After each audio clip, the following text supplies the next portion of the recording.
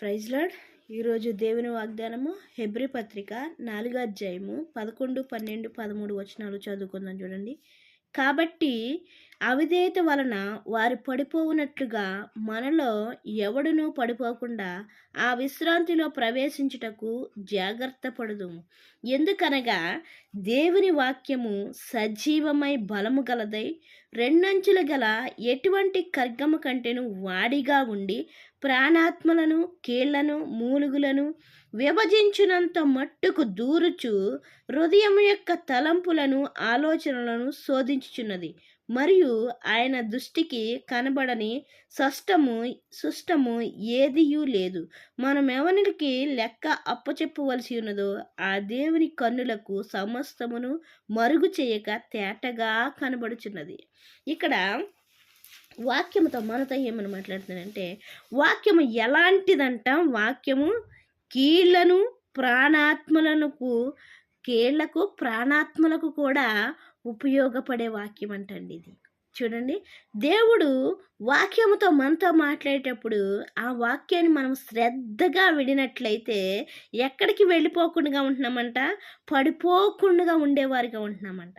ఇంకా విశ్రాంతి, ఆయన ఇచ్చే విశ్రాంతిలోకి మనము ప్రవేశించాలంటే జాగ్రత్తగా చూసుకోవాలంటున్నాడు. ఇంకా ఆ విశ్రాంతిలోకి మనము ప్రవేశించాలంటే ఇంకా ఏమంటున్నాడంటే, ఎందుకనగా దేవుని వాక్యము సజీవమైన బలము గలది అంటున్నాడు. ఎలాంటిదంట? చచ్చిపోయినది కాదు, దేవుని వాక్యము సజీవమైన బలము కలది. ఏంటంటే సజీవమైన బలము కలిగిన వాక్యము దేవుని వాక్యము. ఇంకా రెండంచులు గల ఎటువంటి ఖడ్గము కంటేను వాడిగా ఉండి, ఎలాంటిదంట? రెండు వైపులా ఉన్న పదును కలిగిన వాక్యం అంటండి ఇది. ఎలాగ రెండు వైపుల పదును కలిగిన వాక్యం అవుతుందంటే, ఇప్పుడు నేను చదివే నాకు కూడా ఈ వాక్యము నన్ను హెచ్చరిస్తుంది. వినే మీకు కూడా ఈ వాక్యము హెచ్చరించేదిగా ఉన్నది. ఎందుకంటే మనము విశ్రాంతిలో ప్రవేశించాలంటే దేవుడిచ్చు ఆ యొక్క రెండవ మరణములో నుంచి తప్పించుకొని దేవుడిచ్చు పరలోకానికి మనము వెళ్ళాలంటే ఈ వాక్యము వినాలండి. ఈ వాక్యానుసారంగా జీవించాలండి. ఈ వాక్యానికి వ్యతిరేకంగా ఉండకుండా దేవునికి ఇష్టకరంగా జీవించినట్లయితే ఈ వాక్యం ఏం చేస్తుందంట? రెండంచులు గల ఎటువంటి ఖడ్గము కంటేను వాడిగా ఉండి ప్రాణాత్మలను ఏం చేస్తుందండి? ప్రాణాత్మలను కీళ్లను మూలుగులను విభజించినంత మట్టుకు దూరుచు ఏం చేస్తుందండి? మనం అనారోగ్యంగా ఉన్నామేమో, ఈ వాక్యం వింటే దేవుడు వాక్యముతో మనతో మాట్లాడుతున్నాడు. నేను స్వస్థపరచడానికి వాక్యము ద్వారాగా మాట్లాడేవాడిగా ఉన్నాడు. ఏంటంట? ప్రాణాత్మలను కీళ్లను మూలను విభజించినంత మట్టుకు దూరుచు హృదయం యొక్క తలంపులను ఆలోచనలను శోధించుచున్నది. నిజమే కదండి. వాక్యం విన్నప్పుడు మన హృదయంలో ఏ తప్పు ఉన్నదో, ఏ ఆలోచన ఉన్నదో, దేవునికి ఇష్టం కాని పని ఏదైతే ఉన్నదో వాక్యము ద్వారాగా మనల్ని హెచ్చరించినప్పుడు, వాక్యము మనస్ఫూర్తిగా మనం విన్నప్పుడు, వాక్యాన్ని మనసుతో మనం ఆలోచించినప్పుడు మన మనసులోకి ఈ వాక్యం వెళ్ళి ఏం చేస్తుందంట?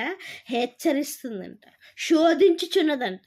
ఎందుకు శోధిస్తున్నదంటే, నువ్వు వాక్యం విని కూడా నువ్వు దారి తప్పిపోతున్నావేమో అని ఆ మనసు ఏం చేస్తుందంట? శోధించేదిగా ఉంటుందంట. ఎందుకు శోధిస్తుందంటే, నువ్వు ఎవరో చూడట్లేదు అనుకుంటున్నావేమో, నీ తండ్రి చూస్తున్నాడు. ఏంటంట? మరియు ఆయన దృష్టికి కనబడిన స్పష్టం ఏదీ లేదు. మనం ఏమనికి లెక్క చెప్పవలసి ఉన్నదో ఆ దేవుని కనులకు సమస్తమును మరుగు లేక తేటగా కనబడుచున్నది. అందుకే దేవుడు ఏం చేస్తున్నాడంటే, మనం ఏం చేస్తున్నామో ప్రతిదీ ఆయనకి తెలుసు కాబట్టి, అందుకని ఆయన దేవుడు ఏం చేస్తున్నాడంటే మనము మంచి మార్గంలో నడవాలని వాక్యముతో హెచ్చరించేవాడిగా ఉంటున్నాడు. ఎందుకంటే ఆయన కన్నులకు ప్రతిదీ తేటగా కనబడుచున్నదంటండి. మనము చేస్తున్న ప్రతి పని, మన మాట, మన చూపు, మన నడవడిక ప్రతిదీ కూడా ఆయనకి స్పష్టంగా కనబడుతున్నది. కాబట్టి మనల్ని సరిచేసుకోమని వాక్యముతో హెచ్చరించేవాడిగా ఉన్నాడు. మన ప్రాణాత్మలను కీళ్లను మూలుగులను విభజించినంత మట్టుకు వాక్యము దూర్చు ఏం చేస్తుందంట, మనల్ని స్వస్థపరిచేదిగా ఉన్నది, మనల్ని మంచిగా మార్చేదిగా ఉన్నది, మనల్ని మంచి మార్గంలో నడిపించేదిగా ఉన్నది. వాక్యం వినినట్లయితే, వాక్యానుసారంగా జీవించినట్లయితే దేవుడు ఏం చేస్తున్నాడండి, మనల్ని ఏం చేస్తున్నాడు, మనల్ని స్వస్థపరిచేవాడిగా ఉన్నాడు. ఆయన కనులకు లోకమంతట కనబడుతుంది కాబట్టి మనము తప్పించుకోలేము. కాబట్టి మనం చేస్తున్న ప్రతిదీ కూడా మన మనసుకు తెలుసు. కాబట్టి వాక్యం విన్న తర్వాత అయినా సరే మనం సరి చేసుకోవడానికి, ఆయనకి ఇష్టకరంగా జీవించడానికి, ఆయన ఇచ్చే ఆరోగ్యాన్ని పొందుకోవడానికి, ఆయన వాక్యము ద్వారాగా మన మనసును సరి చేసుకోవడానికి దేవుడిచ్చిన అవకాశాన్ని మనం ఉపయోగించుకునే వారిగా ఉందాం. దేవుడిచ్చిన పరిశుద్ధ వాక్యం దీవించిన గాక. వాక్య పరిచర్యలో మీ సహోదరి. ఆమేన్.